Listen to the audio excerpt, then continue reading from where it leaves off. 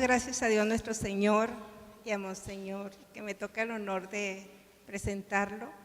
Juan Armando Pérez Talamantes, nuestro obispo, pues muy amado, muy respetado, muy admirado por su bondad, su gran corazón. Gracias por su cercanía a la Comisión de Contacto Interdisciplinar, con participación desde siempre. Y pues, gracias por estar aquí. Gracias a ustedes por acompañarnos. Que Dios los bendiga.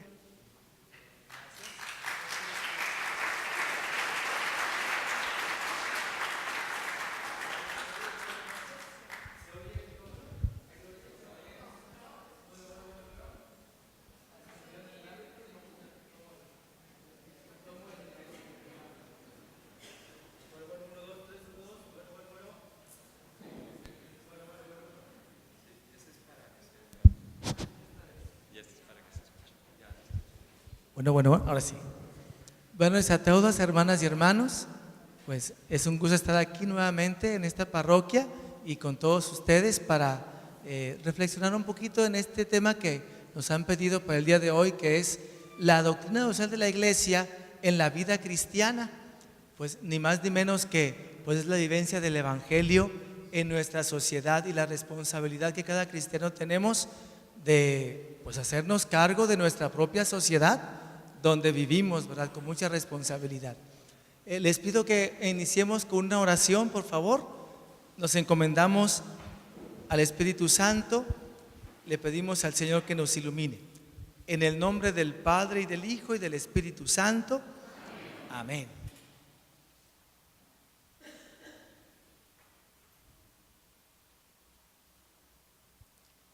Padre bueno, te damos gracias por los dones que derramas sobre nosotros, todos los dones del Espíritu Santo que nos concedes por nuestro bautismo.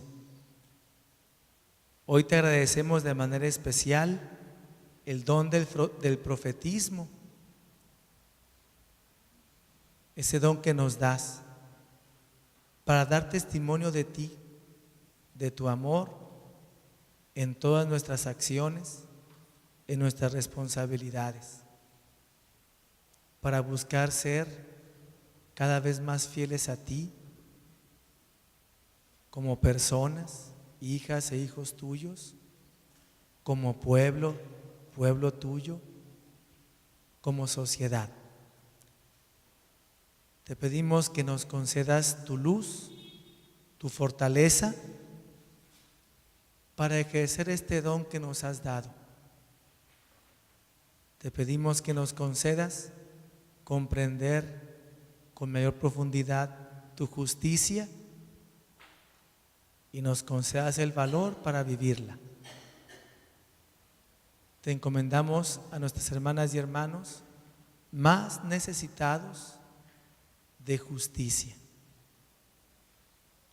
Te lo pedimos por el mismo Jesucristo, nuestro Señor. En el nombre del Padre y del Hijo y del Espíritu Santo. Amén. Tomemos asiento. Muchas gracias de nuevo. Bien, pues vamos a iniciar a compartir esta breve reflexión. Por supuesto que pues hablar de la doctrina social de la Iglesia es un tema pues muy profundo y extenso. Hablar de la vida nuestra como cristianos es también una cuestión muy profunda y también muy extensa, tan extensa como la historia de la vida de todos nosotros, de cada hija y cada hijo de Dios. Quiero compartirles esta presentación que por otro lado también quien quisiera tenerla, la vamos a dejar aquí con Marcial para que quien la quiera tener. He tratado de hacer una presentación muy sencilla y ha sido tomada, los principios que vamos a reflexionar el día de hoy han sido tomados de este documento, el Compendio de la Doctrina Social de la Iglesia, un documento que el Papa Juan Pablo II mandó realizar de tal manera que fuera como un catecismo de la doctrina social, una síntesis de lo que la Iglesia ha ido reflexionando como consciente de su responsabilidad social en el mundo, a través de toda la historia de la Iglesia, los santos padres y también de las reflexiones contemporáneas. Entonces, está directamente en la página del Vaticano. Si ponemos ahí en el internet, en el buscador, este nombre aparece inmediatamente, está al acceso de todos, y es algo que, de hecho, los últimos santos padres nos han pedido siempre atesorar, reconocer, repasar, leer y reflexionar. Bien, el tema que me han pedido reflexionar pues ha sido la doctrina social de la iglesia en la vida cristiana, pero iniciamos citando la palabra de Dios, la primera carta del apóstol San Juan, que le dice a la comunidad, a una comunidad cristiana, pues como dicen los estudiosos, con cierta madurez de fe, que pueden comprender esto que San Juan pues proclama para toda la iglesia: hijos míos, no amemos de palabra, solo con la boca, sino con obras y según la verdad. San Juan, inspirado por el Espíritu Santo, invita a la iglesia a la acción, invita a la iglesia a poder ejercer esa libertad que el Señor Jesús nos ha ganado para poder lograr la comunión con los hermanos, de manera que no sea solamente de una idea, no solamente sea de un buen plan o de buenos deseos, sino que llegue a ser verdaderamente vida. Cuando Juan habla de una acción, hablar con obras, o el apóstol Santiago en su carta, en las cartas católicas, que habla: muéstrame tu fe con obras, que yo por mis obras te mostraré la fe. Hablan los apóstoles de la vida, no es solamente obras e idea, se habla de una vida, la vida en Cristo.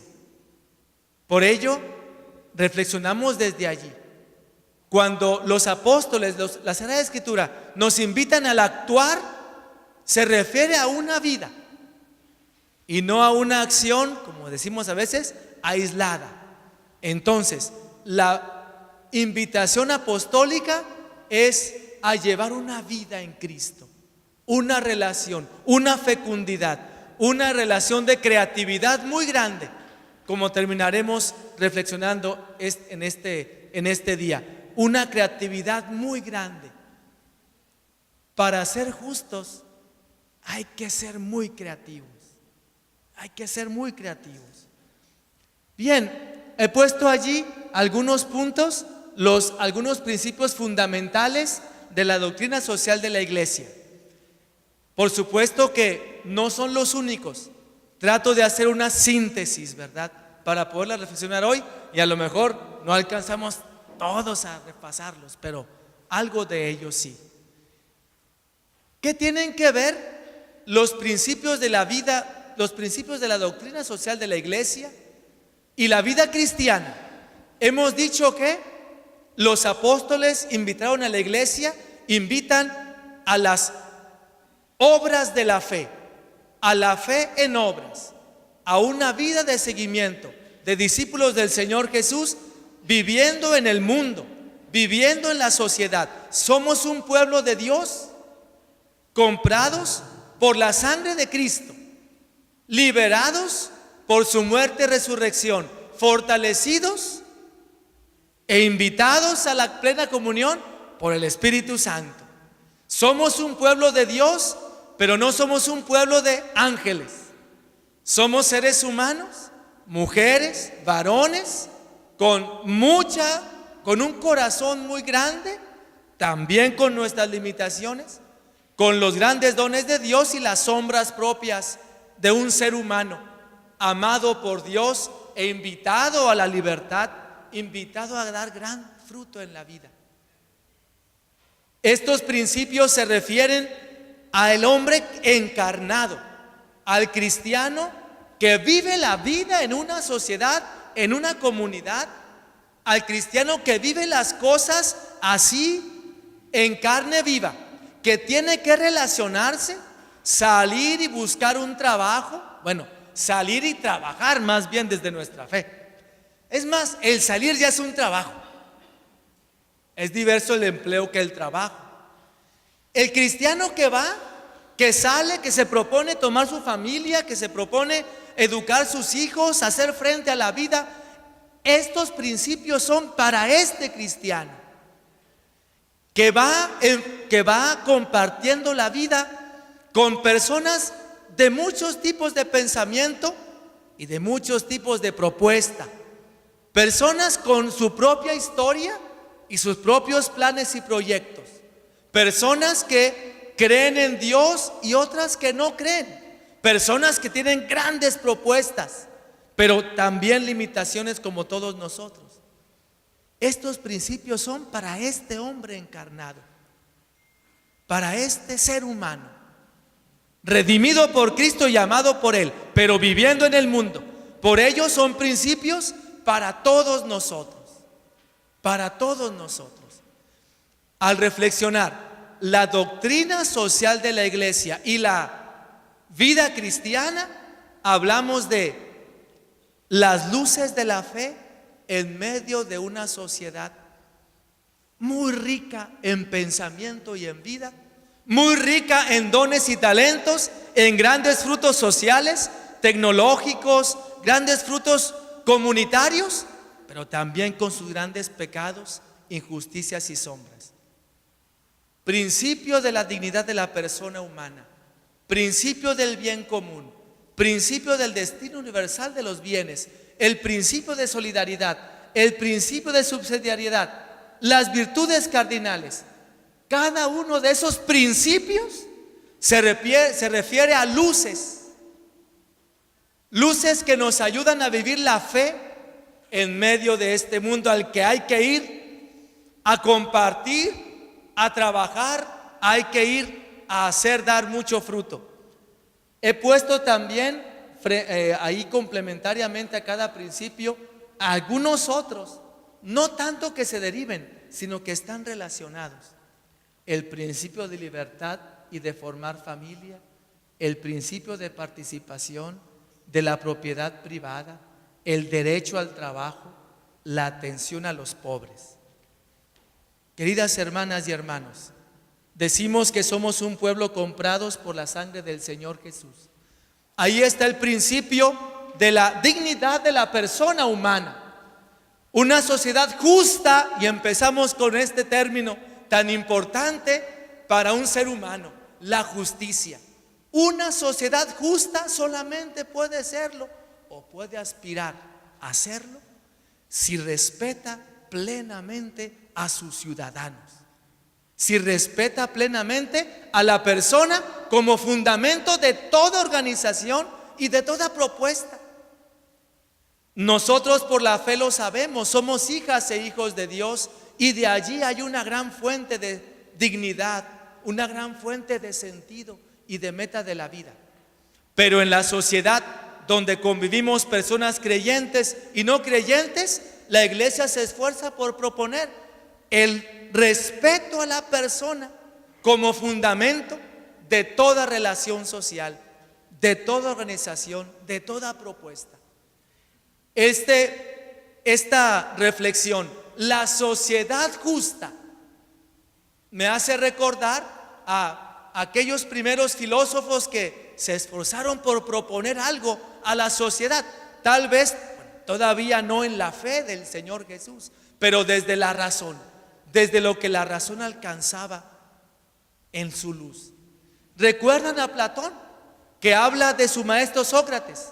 Y en ese libro famoso, La República, un diálogo de una obra platónica, ¿verdad? Donde Platón propone a su maestro Sócrates dialogando. Y le preguntan a Sócrates: Sócrates, ¿cuál es la mejor sociedad? Porque todos dicen que, bueno, Atenas es una ciudad muy buena, pero está Tebas, están otras ciudades. ¿Por qué dicen que Atenas es la mejor sociedad? Es más, ¿cuál sería la mejor sociedad? Y Sócrates, tratando de dar luces, ustedes saben ese método socrático, la mayéutica, dice así: bien, pues yo creo que la mejor ciudad sería la que tiene los mejores ciudadanos. Siguiente pregunta: ¿Y quiénes son los mejores ciudadanos, verdad?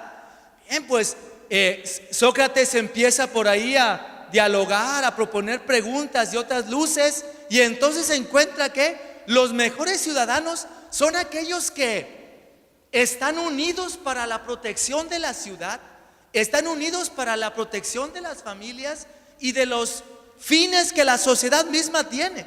Esos ciudadanos que están unidos, esos son los que buscan ese bien común. Tal vez ellos sean los mejores ciudadanos.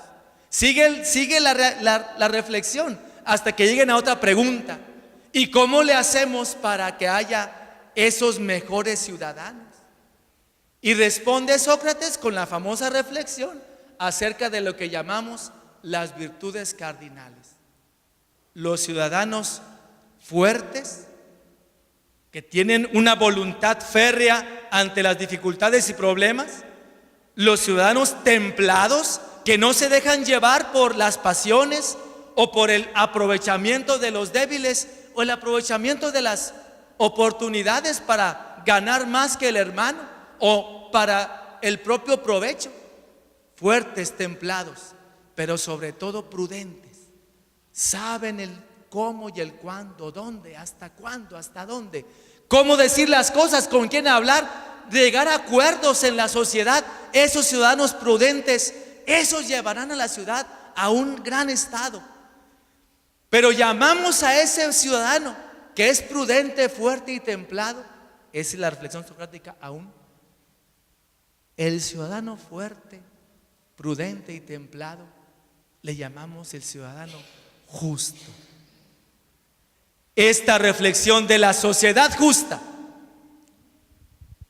el ciudadano justo, el que da las cosas, el que da a cada quien lo suyo, el que puede distinguir lo que a cada uno le pertenece, le compete, lo que a cada uno le es propio. Ese ciudadano que tiene el tacto y la delicadeza para el hablar, para el pedir, para el acordar, ese ciudadano es justo. La iglesia, en su reflexión muy enriquecida por la revelación en Jesús, dice: si la sociedad quiere llegar a esa justicia, es necesario que respete plenamente a sus ciudadanos. Así toda organización social o esta cristalización que llamamos Estado tendría que respetar esto. Todas las organizaciones, propuestas, iniciativas, el orden social y su progresivo desarrollo deben en todo momento subordinarse al bien de la persona. La vida cristiana tiene para nosotros es un mandamiento: respetar al prójimo, amar al prójimo como el Señor nos ha amado. Este mandamiento que nosotros hemos recibido lo proponemos a la sociedad como un respeto inalienable, inalterable a la vida, a la dignidad, al modo de, atención con esto, está algo que ahorita se confunde mucho: respetar el ser de la persona. No se puede discriminar a ninguna persona. El ser no se discrimina. Somos dignos. No se puede, todos. No se puede decir, una palabra dominguera de Tomás de Aquino: los seres humanos somos inconmensurables. No se puede medir el ser de un ser humano de tal manera que podamos decir: este es más ser que este otro. No se puede. El ser es el mismo en el ser humano. Pero si hay que distinguir las ideas, las propuestas, las iniciativas, las acciones, esas hay que distinguirlas, esas hay que dialogarlas. Dirían los griegos, hay que debatirlas. Pero a la persona no se le puede discriminar. A su ser personal no se le puede discriminar. Y para nosotros los cristianos en todo tiempo, en este más, Tenemos que tener mucha claridad en eso. Mucha claridad. Las ideas, acciones, propuestas, iniciativas, hay que distinguirlas, hay que discernirlas. Hay que saber cuáles llevan al bien y cuáles no llevan al bien. Hay que saber cuáles llevan a la justicia y cuáles no. Cuáles responden a la justicia y cuáles no. Eso hay que hacer. Y es muy arduo. Es difícil el debate. Es difícil. Sobre todo cuando los ciudadanos no somos templados. Cuando nos dejamos llevar por la pasión nomás empezando, ¿verdad? Apenas dije el primer argumento ya me enojé. Sí, bueno. Dice Galileo Galilei, donde empezaron los gritos, terminó la razón. Galileo Galilei. Bien, vamos así, pues desgraciadamente, pues de corridito, ¿verdad? Un principio que va muy de la mano con el principio de la dignidad de la persona, la libertad. Para que la persona, hijo de Dios, pueda desarrollar los dones que Dios le ha dado como imagen y semejanza de Él, para poder tender al bien, a la verdad, a la justicia, es necesaria el don de la libertad. Para el cristiano la libertad es un don y es una tarea, como nos enseñan los santos, San Agustín, Tomás de Aquino. Los dones que el ser humano tiene son dones de Dios, pero son tareas que tienen que cultivarse. Así entonces también la libertad. Cristo nos la ha ganado por la sangre de su cruz. ¿Y cómo la vivimos en la sociedad? Aprendiendo a tomar decisiones y a llevar acciones hacia el bien. Esa es la primera distinción de la justicia, el bien y la verdad. Justo es llamarle gansito al gansito. Justo es llamarle naranja a la naranja. Justo es llamarle piedra a la piedra y no confundir piedra y roca. La piedra y la roca son diversas, dicen los geólogos, ¿verdad? Bien. Híjole, para lograr libertad es necesario ese cultivar el propio juicio para llamarle al pan, pan y al vino, vino. Es un principio, por eso el ser humano tiene que ser ayudado a cultivar esa libertad en la verdad, en el bien, para poder aspirar a la justicia. Tenemos que ser ayudados. Híjole, ¿no? Eso está dentro de nuestra fe y es uno de los elementos importantes de la educación desde la fe cristiana. Necesitamos un maestro, necesitamos alguien que nos ayude. Para nosotros el maestro sumo es el Señor Jesús, pero también alguien que nos ayude a sacar lo mejor de nosotros, enviado por el mismo Señor Jesús. Un maestro, un director espiritual, el mismo papá, la misma mamá, el hermano, el tío, el abuelito, la abuelita, que sacan lo mejor de ti. Hombre, el maestro exigente que, como de repente los alumnos no los queremos mucho, ¿verdad? El árbitro justo, ¿verdad? Anda, árbitro. El juez justo, no, hombre, la riegas, juez. Pero esas personas ayudan al ser humano a sacar lo mejor, aunque repelemos. La libertad necesita a estas personas. Es bien difícil que uno solo pueda lograr la templanza, la temperanza y llamarle en medio de las complejidades de la ciudad, llamarle el pan, pan y al vino, vino. Hay cosas muy claras que sí, pero hay situaciones tan complejas que no es sencillo y nos necesitamos unos a otros. Y en último término, la luz de Dios. Ser educados en la verdad, ser educados en el bien para poder aspirar a la libertad y ser educados en la libertad para poder aspirar a la justicia y ser educados en la justicia para dar testimonio de que somos imagen y semejanza de Dios.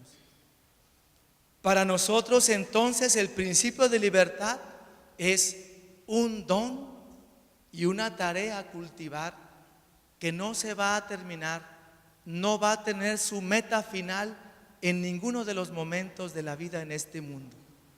poder contemplar la verdad, poder contemplar el sumo bien, como dice San Agustín, solamente allá en el cielo, por un don magnífico de la misericordia de Dios.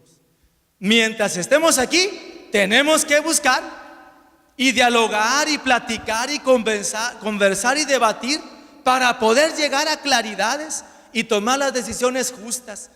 El principio de libertad no se puede separar del principio de la dignidad, el respeto a la dignidad de la persona. De ahí mismo se deriva, dice, nos ayuda a reflexionar la doctrina social de la Iglesia. Iluminada por la luz del mensaje bíblico, la Iglesia considera a la familia como la primera sociedad natural, titular de derechos propios y originarios, y la sitúa en el centro de la vida social. En tiempos nuestros donde la familia, digamos, sufre por muchas circunstancias, los cristianos necesitamos la claridad de la fe, no para imponerla a rajatabla, sino para vivirla primeramente nosotros.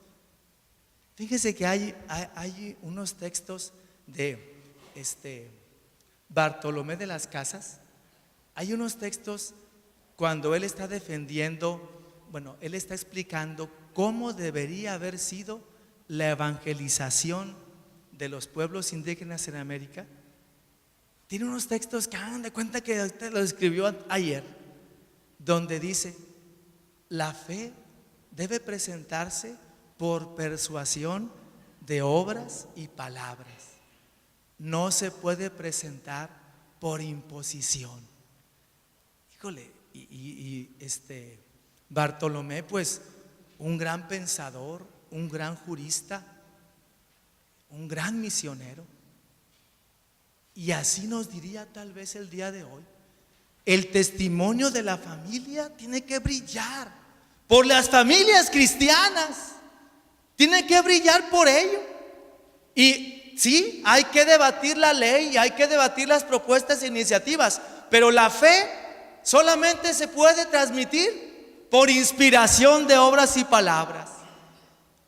Es la misionalidad de la Iglesia el día de hoy. Por ello, el principio de la familia como célula y fundamento de la sociedad, eso, híjole, pues es lo que ahorita sufre la Iglesia cuando no tenemos claridad de fe, los mismos cristianos, con la apertura a la misericordia para poder integrar las situaciones difíciles y complejas que viven los ciudadanos, que viven los cristianos de nuestro tiempo.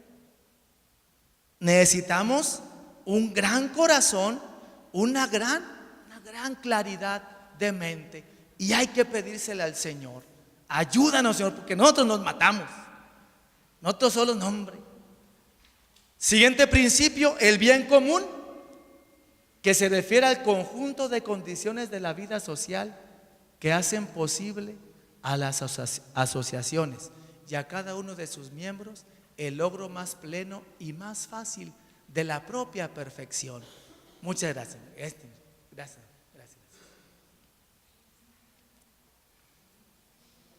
Fíjense lo que dice este principio. Primero, el Señor nos ha dado la vida, nos ha llamado, es una vocación. Me llamó a la vida, a la existencia, y me llamó a una comunión. La meta de la vida revelada en Cristo es una comunión, pues, la comunión perfecta de el ser humano, cada uno de nosotros, con Dios. Recurrimos de nuevo a San Agustín: la perfección solamente en el cielo. Mientras estemos aquí en la tierra, no que así haya dicho San Agustín, pero hagan de cuenta que es la idea. Mientras estemos en la tierra es como la burrita: 2 pasos para adelante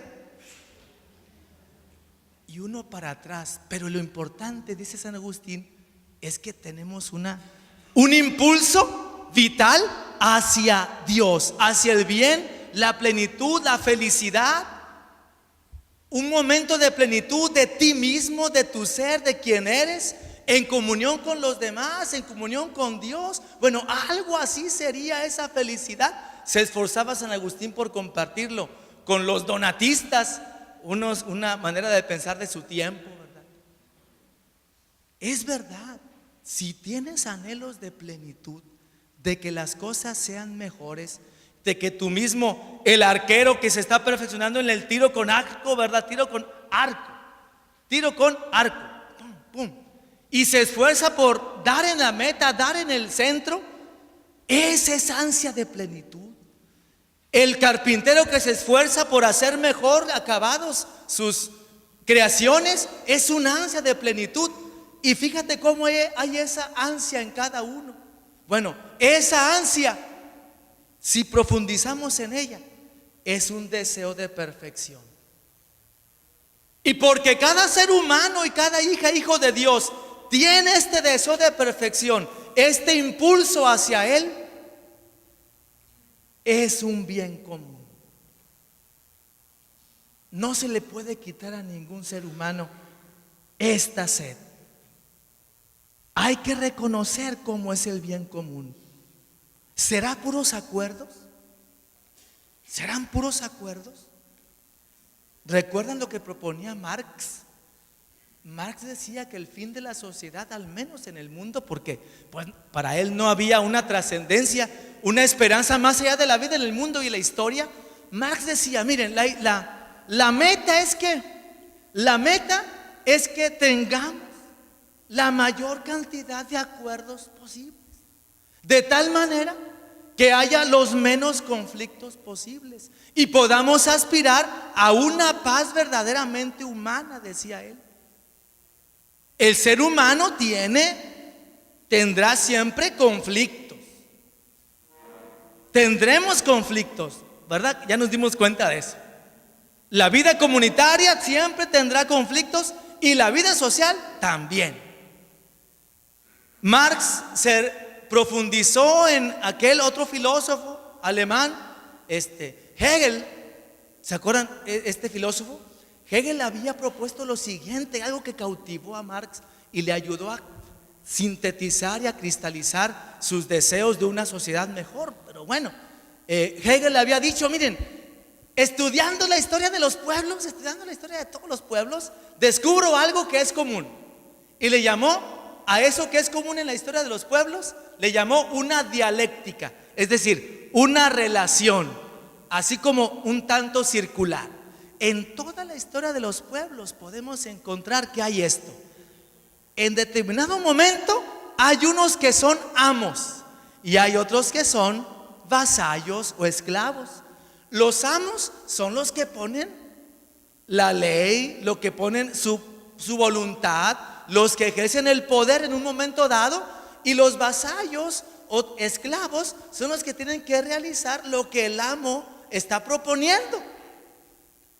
Hegel lo decía, que lo descubrió en la historia de los pueblos, y también llegó a proponer, ahí en una de sus obras, que lo mismo pasaba en toda relación humana. De repente, al no haber temperanza, no haber templanza y justicia, uno quiere imponerse sobre otro y el otro tiene que hacer lo que éste diga. Bueno, en Marte, aquí en la Tierra no se da eso, ¿verdad? Hegel decía que por ahí había esto en las relaciones humanas y le llamó, al descubrirle en la historia de los pueblos, le llamó él la dialéctica histórica. Eso es. Y Hegel proponía esto, decía, es bien difícil que el hombre salga de ese círculo de la violencia. Amo, esclavo. El esclavo quiere llegar a ser amo. Y cuando hay una revolución, pues llega a ser amo, quita al amo que estaba, el amo pasa a ser esclavo y se pone otro, él. Pero pasará el tiempo y vendrá lo mismo. Los esclavos van a querer ser amos y ahí está esa dialéctica. ¿Quién podrá romperla? Y ahora, ¿quién podrá romper esa dialéctica de violencia? Y Hegel proponía, Hegel era pastor luterano, era cristiano, era creyente, pero filósofo también. Entonces decía Hegel que el único que podría romper esa dialéctica entre los hombres sería la intervención de Dios. Es más, ya pasó en Cristo, decía él. Solamente Dios podría romper esa dialéctica y ayudar al hombre a aspirar a la paz, al bien común. Marx, cuando lo estudió Marx, dijo: sí, es cierto, Hegel, tienes toda la razón, menos eso de que Dios. Tienes toda la razón, has descubierto. Hegel había pensado que había descubierto el núcleo, se dice el ibris, ¿verdad? Lo que hace crecer las relaciones humanas. Hegel pensó que había sido eso su descubrimiento. Pero Marx dice: tienes razón, nada más que no es verdad lo de Dios. Esa dialéctica es más bien material, decía Marx, es material. Entonces, dominando la materia es como el hombre pudiera aspirar a una paz, a un bien común. ¿Es verdad eso? Aquel sueño de Marx donde los seres humanos pudiéramos tener una casa con una tierra para trabajar, con agua, alimento, lo necesario para que el hombre pudiera vivir, con la menos cantidad de conflictos posibles. Esa es la propuesta. Bueno, podemos estar de acuerdo o no, pero de que los seres humanos aspiramos a un estado de perfección y plenitud mejor que el que vivimos, y que para ello necesitamos reconocer que esa aspiración es un bien común y que comporta la participación de todos para lograr un estado mejor en la sociedad. Bueno, esa reflexión es lo que dice la iglesia. Tenemos que debatir, tenemos que proponer los mejores esquemas de organización social, de pueblo, de ley, pero partiendo de este principio, ¿verdad? Que todos puedan tender a la perfección en participación, en comunidad, en organización, con la propia iniciativa y con la iniciativa también de la iniciativa de la organización, del acuerdo para poder tender todos hacia él. Por ello, unido al bien común está el principio de la participación, una serie de actividades mediante las cuales el ciudadano, como individuo o asociado, directa o por representantes, contribuye a la vida cultural, económica, política y social de la comunidad civil a la que pertenece. Quien no, por eso lo contrario a lo contradictorio a la participación es la marginación. Todos los seres humanos estamos llamados a participar en este bien común, en esta perfección. Todos los seres humanos, no puede quedarse ninguno afuera. Con los propios dones y carismas que tiene, puede participar al bien común. ¿Se acuerdan de aquella película de Ben-Hur? ¿Verdad? En la película de Ben-Hur hay una escena muy padre. Bueno, hay varias escenas que tienen mucho para reflexionar. Entre ellas una donde está Ben-Hur organizando a sus hombres, ¿verdad? Aquí están mis hombres, a ver, tú para allá, tú para acá. ¿Tú qué sabes hacer? No, pues yo soy el de organización, yo soy el de la fuerza, yo soy el de la valentía. ¿Y tú? No, pues yo soy poeta. ¡Hala! Así es una escena de Ben-Hur. Yo soy poeta. Entonces algunos de los que están ahí con Ben-Hur dicen: ¿y este qué? ¿A qué nos va a ayudar en la batalla? ¿A qué nos va a ayudar? Y Ben-Hur le dice: poeta, tú nos vas a inspirar con tu poesía a alcanzar lo mejor de los dioses. Tú nos vas a inspirar. Cada uno tiene un don y nadie puede ser marginado. Incluso cuando uno mismo dice: yo no quiero participar, bueno, ya está participando. Pero la creatividad del ser humano tendrá, y de la comunidad, y para nosotros cristianos, del amor y la misericordia, será arroparlo, será respaldarlo. ¿Cómo? Híjole, pues por eso vino el Señor Jesús a morir en la cruz. Pero ese principio no se puede dejar a un lado. Es decir, pretender que haya personas que no participen. Ahí fue donde se equivocó Platón, ¿se acuerdan? Que él decía que los que no podían participar al bien común tendrían que ser dejados a un lado. Híjole, no podemos aceptar eso. ¿Cómo le hacemos para ayudar a que puedan participar de alguna manera? Porque en esa participación está lo que nosotros creemos desde la fe, que es el cielo. En el cielo no hay ninguno que se quede fuera de la participación del bien común. No hay ninguno. Como dijo el Evangelio, el Señor Jesús hace 2 domingos, ¿verdad? Cuando salió aquel rey a participar, su gozo y alegría, ¿verdad? Lo único que quiere el Señor es que haya un corazón dispuesto. Salió a los caminos, invitó a todos. Vénganse todos a participar de este gozo. Pero nada más había uno que no supo valorar el gozo, que no supo ponerse el vestido correspondiente, ¿verdad? No supo reconocer el momento, ni el valor del amor y la entrega. No supo reconocer el valor de la misericordia y la cercanía.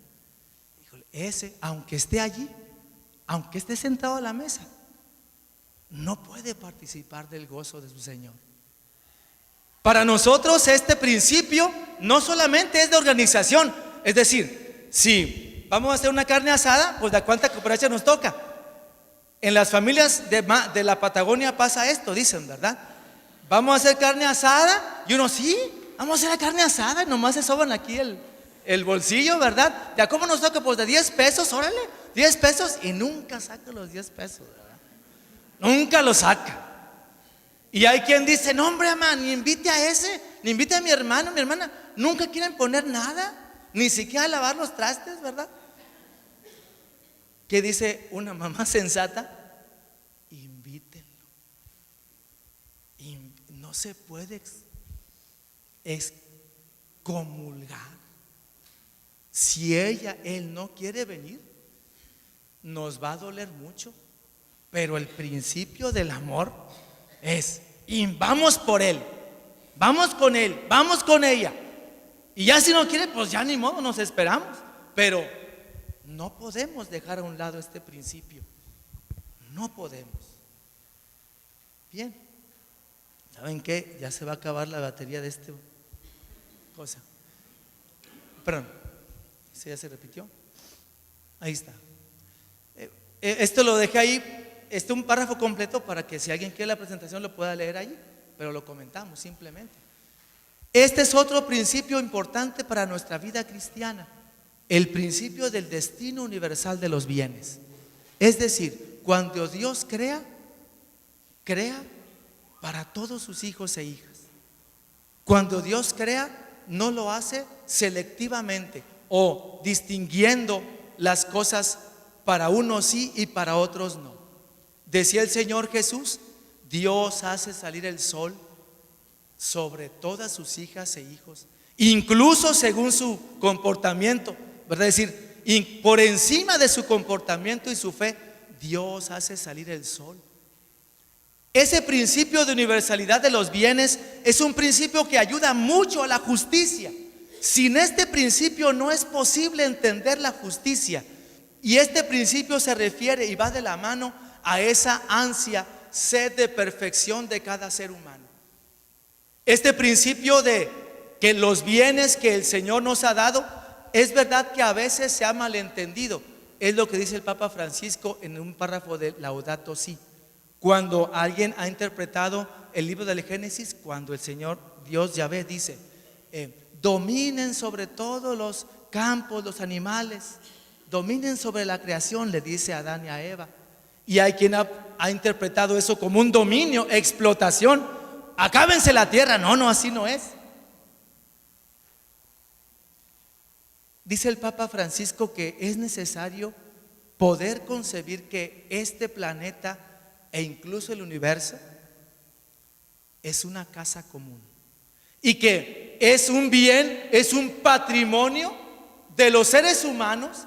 Y el Papa hace también allí un llamado a que no solamente de los seres humanos, sino en realidad a todos los seres vivos. Ha recibido también críticas el Papa, por eso, tantas críticas que recibe el Papa, pero la verdad es de que son reflexiones muy profundas. El Papa dice que San Francisco de Asís nos dejó un caminito que hay que seguirle, que de repente hemos abandonado. La comunión es solamente con los seres humanos o también con las plantas y animales.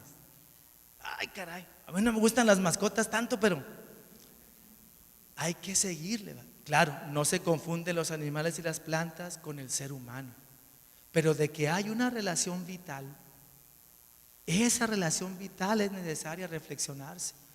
Dios ha destinado la tierra y cuanto ella contiene para uso de todos los hombres y pueblos. En consecuencia, los bienes creados deben llegar a todos en forma equitativa, bajo la égida de la justicia, con la compañía de la caridad. ¿Quién si hubiera dejado a ti nomás la justicia? Pero nada, también la caridad. La caridad, o sea, la caridad, la justicia quiere balancear y la caridad viene y desbalancea, hombre. ¿Por qué? Hay un famoso cuadro muy pintado en la antigüedad que se llama La Caridad y se representa así: es una mujer con senos prominentes, están allí 3 niños. Un niño está tomando leche de un seno y otro del otro seno, y el otro está allí llorando. Esa es la alegoría de la caridad. ¿Qué nos quiere decir esa alegoría? Ay, caray, que la limitación humana nos pesa mucho, incluso cuando queremos vivir la justicia y la caridad. Y en el acceso a los bienes necesarios, en el acceso a los bienes que tú necesitas para poder desarrollarte integralmente como mujer, como varón, según el carisma que Dios te ha dado, el estado de vida que tienes, los bienes que tú necesitas para poder desarrollarte, ay caray, batallamos con eso. ¿Es justo tener poquito o tener mucho? ¿Es caritativo tener poquito o tener mucho? ¿Ropa de marca o ropa de acá de Moroleón? ¿Cuál es el equilibrio? La justicia, ¿cuál es?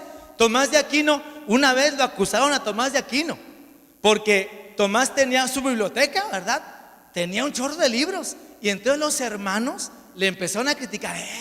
A nosotros, eran dominicos, ¿verdad? Los dominicos, a nosotros no nos dejan tener nada, pero a Tomás tiene una biblioteca, tiene un cuarto para él solo, un chorro de libros.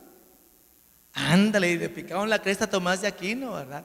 Y le respondió con una reflexión que ayuda bastante. Sobre la base de la reflexión de un padre de la iglesia, San Juan Crisóstomo, Tomás de Aquino empezó a hablar: hay cosas que son necesarias y hay cosas que son superfluas.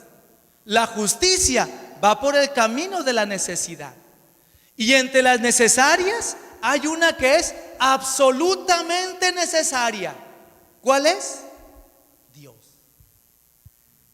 Y todo lo demás es relativamente necesario. Es decir, necesitamos vestido, alimento, necesitamos cosas necesarias para la vida. Eso es necesario. Así, en cuanto es lo necesario para vivir, para cubrirte, para estar sano, lo necesario para poder mantener la vida y mantener también la salud. Todo lo demás, dice Tomás de Aquino, es relativo. Hoy nos diría la marca, el estilo, la moda, el color. ¿Es necesario? Relativamente. Como lo es la herramienta para una persona, dice Tomás de Aquino. La herramienta para tu empleo, si eres plomero, es necesaria la herramienta adecuada. Es relativa a tu empleo. Si eres agricultor, si eres carpintero, arquitecto, programador, ama de casa, es necesaria la herramienta adecuada para cumplir tu propio desarrollo según tu condición y tu vocación y tus carismas, dice Tomás de Aquino. Entonces, mis libros, pues yo soy el profesor aquí. Mis libros son necesarios relativamente porque son mi herramienta, pues para darles clase, decía Tomás de Aquino. Son mi herramienta. No son absolutamente necesarios. El único absolutamente necesario es Dios. Por allí, tratando de buscarle cómo es la justicia, dice Tomás de Aquino, por ahí, por la necesidad. Todo lo demás que no sea relativamente necesario es superfluo.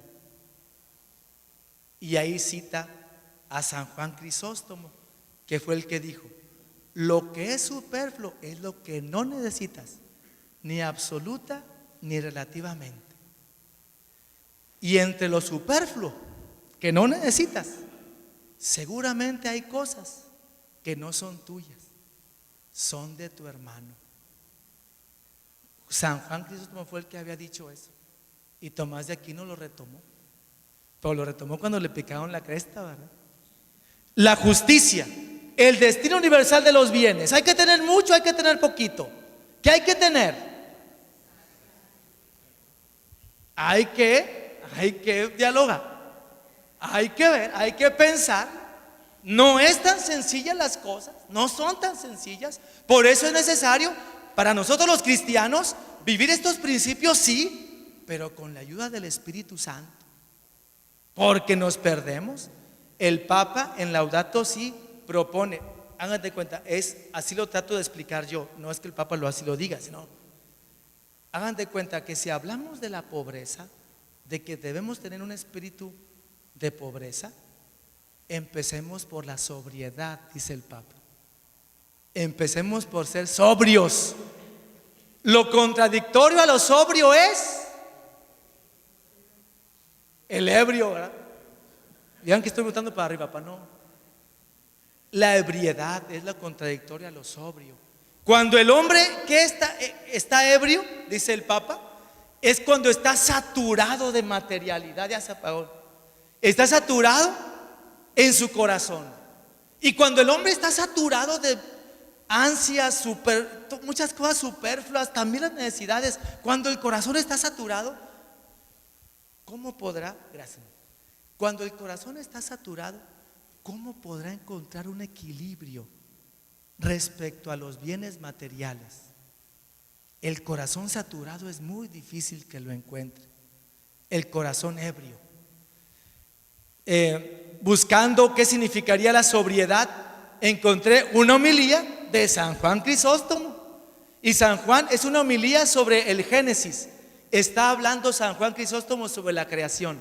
Y dice San Juan Crisóstomo: vean la creación, vean lo que Dios hizo, las estrellas, los astros, vean toda la naturaleza, vean lo que Dios ha creado, las montañas. Fíjese cómo es tan majestuoso lo que Dios ha creado. Pero esa majestuosidad es sobria. Esa es la sobriedad.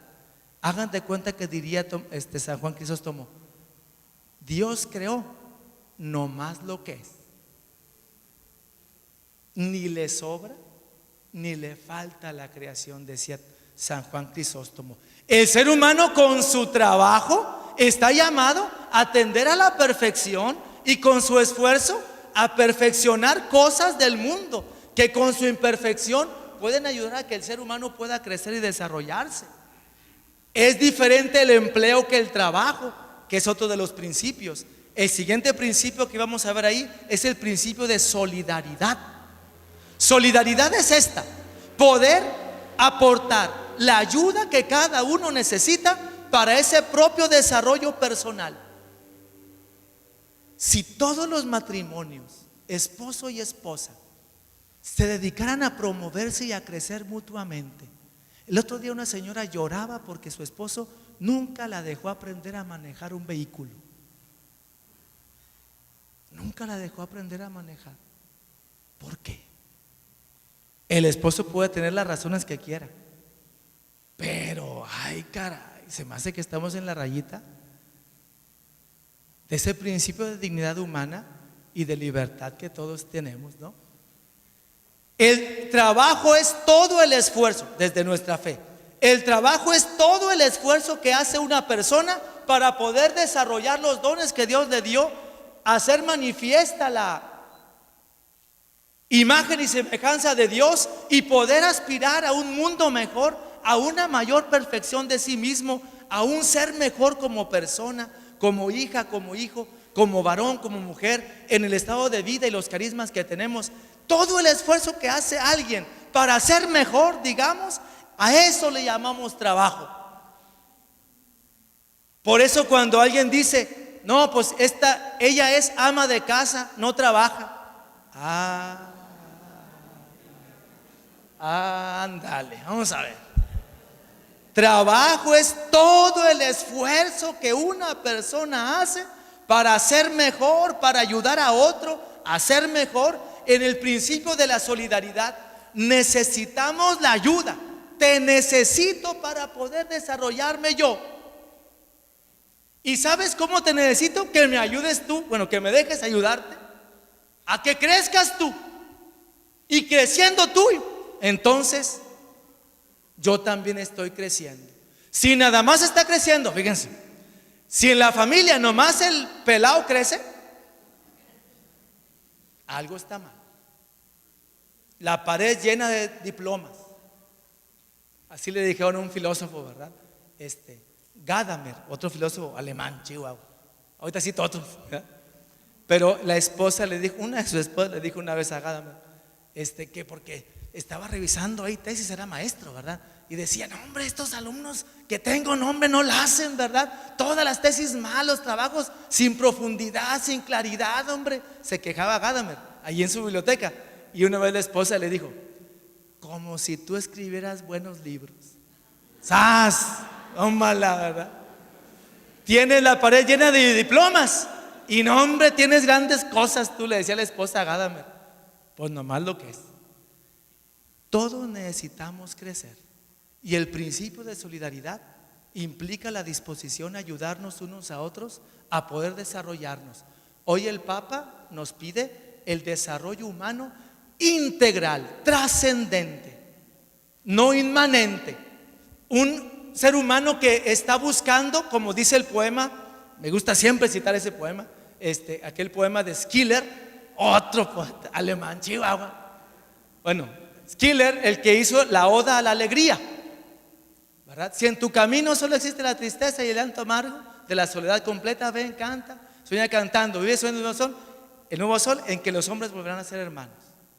Busca al hermano más allá de las estrellas. El poeta apela a la trascendencia. Es necesario tener esperanza en alguien más que el hombre, porque cuando tienes solamente confianza en el hombre, te toparás con su propia imperfección y te toparás con su propia injusticia, te toparás con lo que él, con lo que ella no puede hacer y con lo que no puede descubrir. Y para lo cual, para superarlo, te necesita a ti. Pero Schiller decía, y el hombre entero, la humanidad entera, necesitará a alguien que lo ayude, que impulse a la humanidad, que le dé sentido, luz, que le dé fortaleza y esperanza de que se pueden lograr las grandes cosas. Pero si alguien no tiene esa esperanza trascendente, como aquel que dice, yo solamente confío en mí, yo desconfío hasta de mi sombra. Ay, caray. El principio de la solidaridad implica el reconocimiento de que necesitas ayuda y alguien que te ayude a sacar lo mejor de ti. Este principio de solidaridad va de la mano con el principio de la subsidiariedad.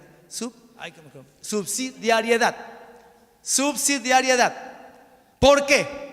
Porque es verdad que todos tenemos esta ansia de perfección y de ser mejores y lograr cosas en la sociedad y de una sociedad mejor, más justa, una sociedad que ofrezca educación, oportunidades de educación para todos y que pueda ofrecer también paz, pueda ofrecer también condiciones de desarrollo y de descanso, que haya menos polución, que no haya contaminación, que no nos acabemos nuestros cerros. Todos tenemos esa ansia de que las cosas sean mejores, pero a veces las circunstancias de la vida te impiden dar lo mejor de ti. Tú quisieras ser mejor, pero a veces las circunstancias de la vida no te ayudan. Y no es una cuestión solamente de suerte. Una cosa son las tragedias, recuerdan ustedes, una cosa son los accidentes, los desastres naturales, el temblor, el sismo, la inundación por el huracán, las sequías. Una cosa son estas cuestiones naturales para lo cual el hombre tiene que apoyarse mutuamente, en solidaridad, en subsidiariedad. Oye, no ha llovido en 3 años aquí, no ha llovido, yo soy agricultor y en 3 años no he podido yo tener cosecha digna, necesito que me apoyes. No, pues flojos, no hacen nada. Necesito que me apoyes porque las circunstancias de la vida han estado apretando mucho. No, pues aquí no hay posada. Cierra la puerta, vieja. ¡Pum! Esa situación de la falta de subsidiariedad, de comprensión de la vida humana, ha llevado a las más grandes injusticias. Y es como el corazón del faraón que se hace duro. Otro gran santo, San Buenaventura, le decía al Papa Eugenio, el Papa Eugenio era muy joven, y San Buenaventura le dijo: mira, necesito prevenirte así. Si dejas la oración, otras cosas van a llenar tu corazón y se va a saturar tu corazón con esas cosas y no podrás distinguir los caminos de Dios. ¿Cómo podrías guiar la iglesia si no sabes distinguir los caminos de Dios y tu corazón está completamente saturado? ¿Cómo podrías distinguir la necesidad de tu hermano, de tu hermana, que necesita tu ayuda, si tu corazón está saturado? Por eso necesitas la oración que te hace sobria, te hace sobrio, que te hace libre. Y entonces entenderás qué es solidaridad y qué es subsidiariedad. Cuando las circunstancias de la vida, solamente aquel que ha recorrido el desierto sabe los peligros del desierto. Solamente aquel que pues ha enfrentado grandes problemas, tal vez se hace sensible por esos problemas y puede comprender a su hermano que ahorita necesita la ayuda para levantarse. Pero el principio de participación cruzado con esta subsidiariedad, cuando tu hermano no puede por sí solo y necesita la ayuda de alguien para poder levantarse y poder continuar su camino, como la parábola del buen samaritano, como la parábola del Señor Jesús. Bueno, esta no es parábola. Cuando el Señor Jesús le dio la vida a aquel muchacho, ¿se acuerdan que iba llegando a una ciudad? Iba saliendo un cortejo fúnebre, la mamá con su hijo, la viuda, ¿verdad? Entonces Jesús cura al hijo y se lo entrega a la mamá, pero no le dice Jesús al hijo: ay, pobrecito, vente, no trabaje, yo te voy a llenar de milagros. No, ¿cuál problema? Aquí está la subsidiariedad. Dios te concede este don de la vida. ¿Qué vas a hacer con él? Esa es la subsidiariedad que viene del Señor Jesús y que nosotros cristianos estamos llamados a vivir. Como decíamos ahorita, en medio de la familia y en medio de la sociedad. Voy terminando porque se me hace que ya es noche, ¿verdad? Ya son las 9, ya ven. La doctrina social de la iglesia no son solamente, decíamos, principios de acción y ya. Son llamados a la vida encarnada y proceden de una espiritualidad. Es la propuesta que la iglesia hace a la sociedad en general para no imponer sus propias, digamos, visiones de fe. La doctrina social es el intento por dialogar con la sociedad de cualquier época para poder vivir desde la dignidad de los seres humanos y todo su llamado de trascendencia a la plena comunión, a la perfección, o como se dice en general, a la felicidad. Para nosotros la doctrina social es una espiritualidad, es una manera de vivir. Para nosotros estos principios no comprendemos que no son pues para que lo vivan los políticos, lo vivan los empresarios, lo vivan pues no sé, algún sector de la sociedad. No, son los principios de la vida cristiana en medio del mundo. Por eso son espiritualidad según el estado de vida de todos nosotros. Les comparto para ir ya aterrizando la reflexión de un provincial general mundial de los carmelitas, Albert Nolan. Albert Nolan, inglés, que vivió mucho tiempo en Sudáfrica, y le tocó esa transición, entre comillas, entre la época del apartheid y una época no de sin apartheid, sino de un poquito menos de apartheid, así como lo dice él. Se declaró el apartheid, pero la cultura es muy pesada. Y entonces Albert Nolan, en un libro, narra su experiencia con las comunidades muy necesitadas, llenas de dolor y de marginación de Sudáfrica, y da el testimonio de cómo él se dio cuenta, cómo él pudo comprender lo que la bienaventuranza decía: dichosos los pobres de espíritu, porque de ellos es el reino de los cielos. Y penetrando en la espiritualidad de la pobreza, leyó, dice él, San Francisco de Asís, leyó la tradición de la iglesia, los principios de la doctrina social, pero se le quedó en el corazón uno, se le quedó uno. ¿Y saben de dónde lo tomó? Del magisterio latinoamericano, del documento de Puebla.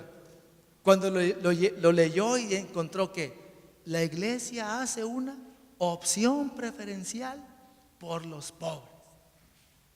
Cuando leí eso, dice él, como que vino una inquietud más fuerte. ¿Cómo que una opción preferencial?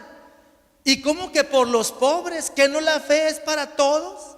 Y entonces sintió una empuje para penetrar en esa fe. Narra lo que él vivió: la atención a los enfermos, a los hermanos de color, a los blancos que apoyaban a los negros, a los blancos que no querían a la gente de color, a los negros que apoyaban la cooperación mutua. Bueno, todas las maneras de pensar.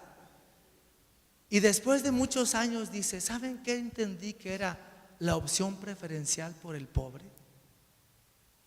Lo que yo entendí es esto: luchar por la justicia y lograr que en todo lo que yo hiciera, lo que dependiera de mí, él era provincial de los carmelitas, poder vivir con justicia y vivir esto que la doctrina social dice: respetar a mi hermano, buscar la solidaridad con el que necesita, darle la mano al que no puede,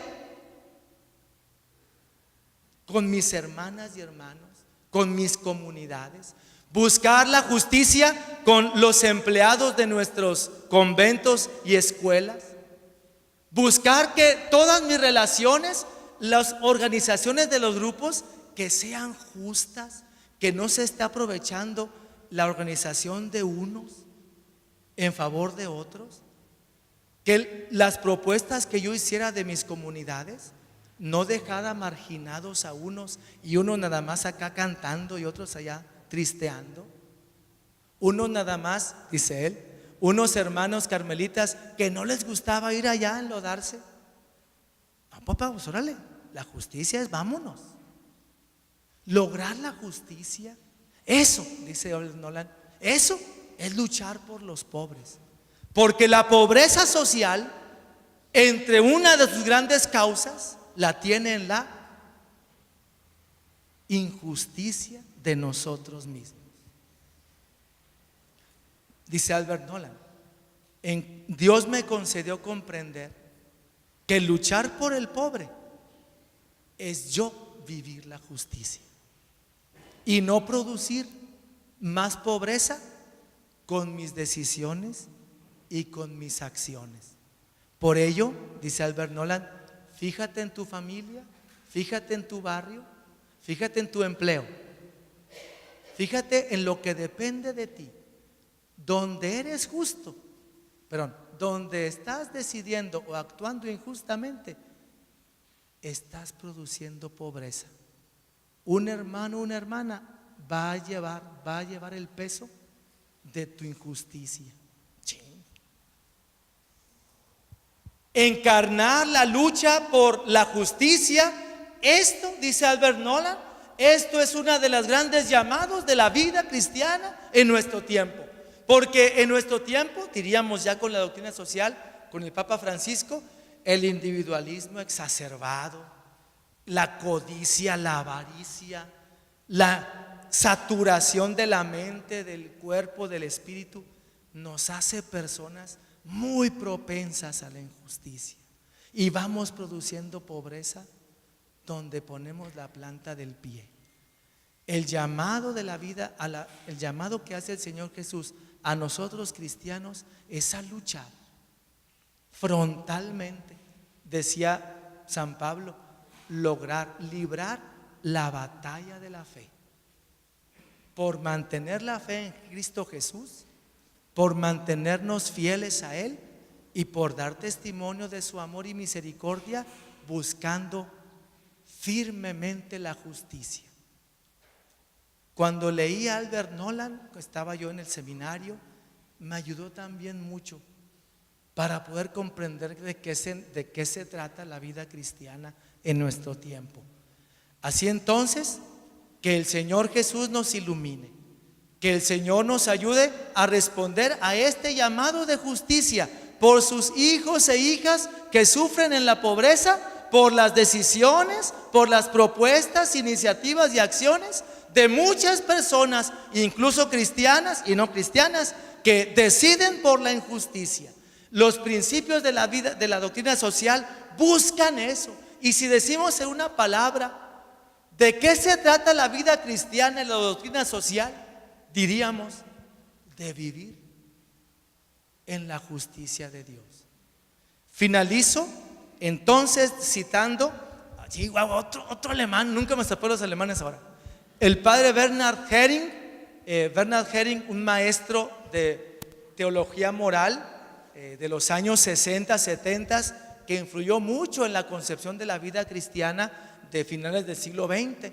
Bernhard Häring decía así: los seres humanos, hijas e hijos de Dios, estamos llamados a vivir la plena justicia en Cristo.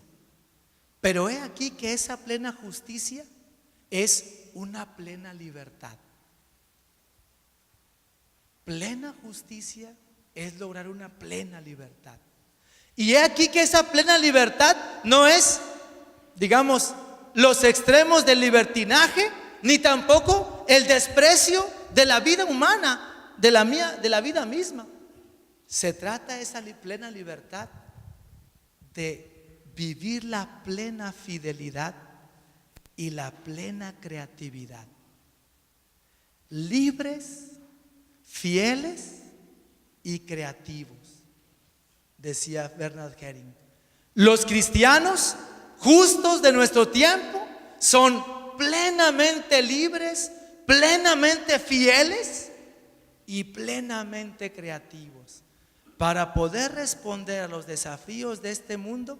Él se refería al finales del siglo XX. Para poder responder a estos desafíos necesitamos de toda la creatividad que viene del Espíritu Santo. Y esto es emocionante, es fascinante. Este es el llamado del Señor Jesús. Vivir la justicia necesita estos corazones. Gracias por escucharme esta noche. Gracias por invitarme. Espero que estas meditaciones hayan sido de provecho. Si alguien quisiera todavía aportar algo a la reflexión, hacer alguna puntuación, puede hacerlo todavía. Son las 9:10, tenemos 6 minutos. ¿Alguien quisiera hacer alguna puntualización, un aporte? Yo quisiera agregar esto. Adelante. Muchas gracias por su brillante presentación, Monseñor. Y recordaba el llamado que el arzobispo nos hizo en la asamblea diocesana de este año, en que en que se acordó las orientaciones de aprender a escuchar, de comprender al otro y sobre todo cómo involucrarnos para buscar una sociedad más justa, ¿verdad? Siendo mejores ciudadanos. Me llamó mucho la atención, qué bueno que se tocó este tema, porque sé que en la asamblea no hubo oportunidad de extenderse un poco más en lo que hoy nos acaba de explicar. Muchas gracias, amigo. El Papa Francisco en la exhortación pastoral Evangelii Gaudium habla de un esquema muy sencillo para invitar a la iglesia a la solidaridad.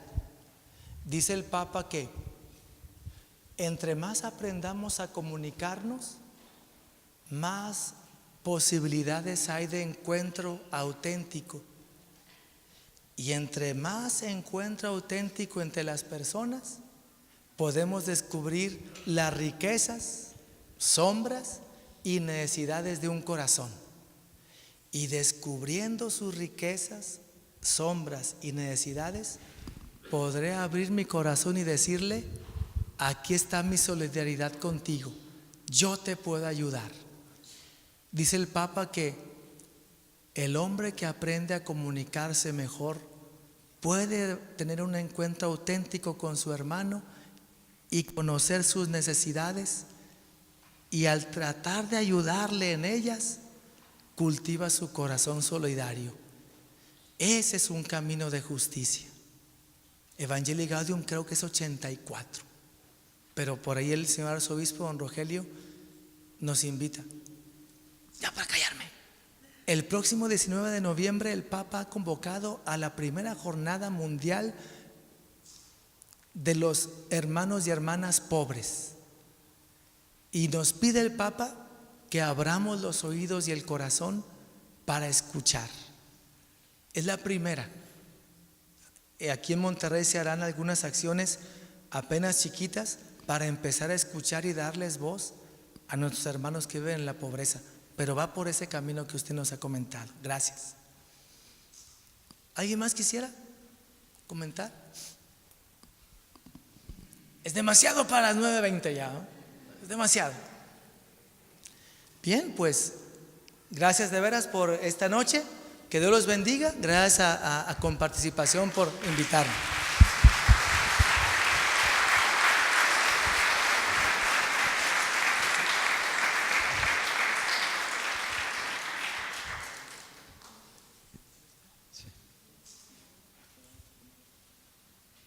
Muchas gracias, Monseñor.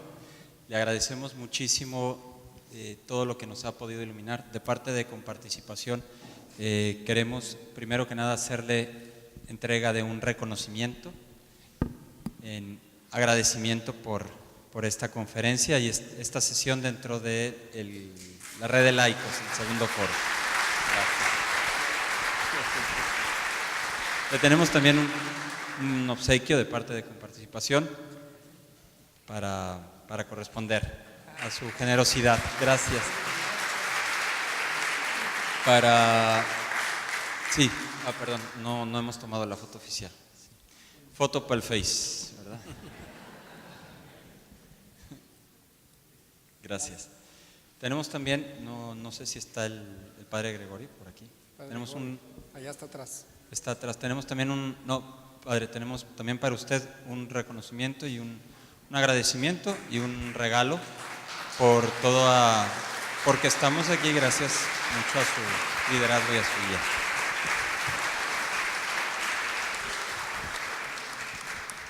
Gracias, padre. Una carta de parte de todo el equipo de Comparticipación y de la Comisión de Contacto Interdisciplinar y también un recuerdo, también foto para el recuerdo. Sí. Aquí.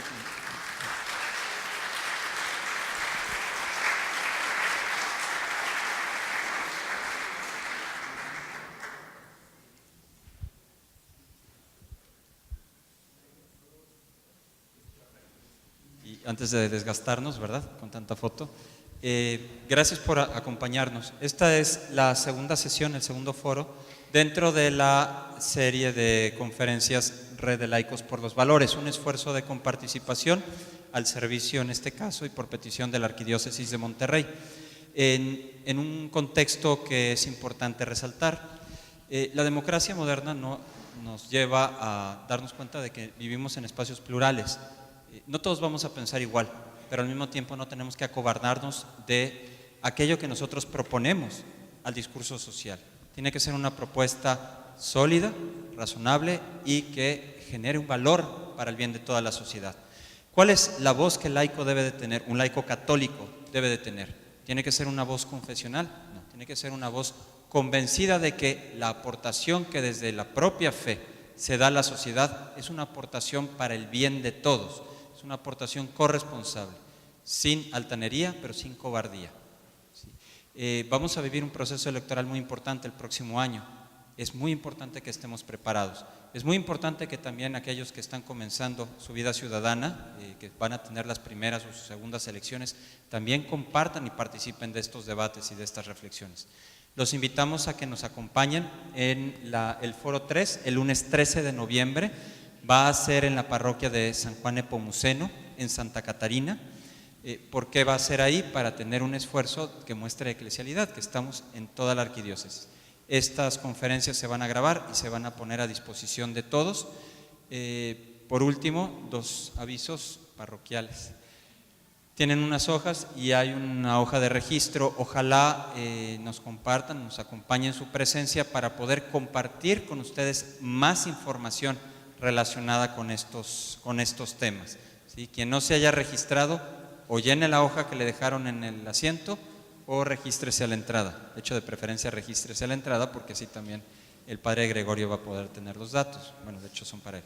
Segundo aviso, en esta sesión estamos participando en un récord mundial, no sé si sabían. Estamos participando en un récord mundial del mosaico de fotos más grande del mundo. Con todas las fotos que tomemos vamos a hacer el mapa de México y la frase México ama la vida. Tenemos que juntar 54,000 fotografías, llevamos un poquito menos de la mitad. Ojalá sea posible que antes de retirarse alguno de ustedes también pueda tomarse la foto aquí afuera, si no se la ha tomado, para participar en ese récord mundial. De nuevo, de parte de Comparticipación, agradecemos a Monseñor Juan Armando, al Padre Gregorio y a todos ustedes su presencia. Buenas noches. Gracias.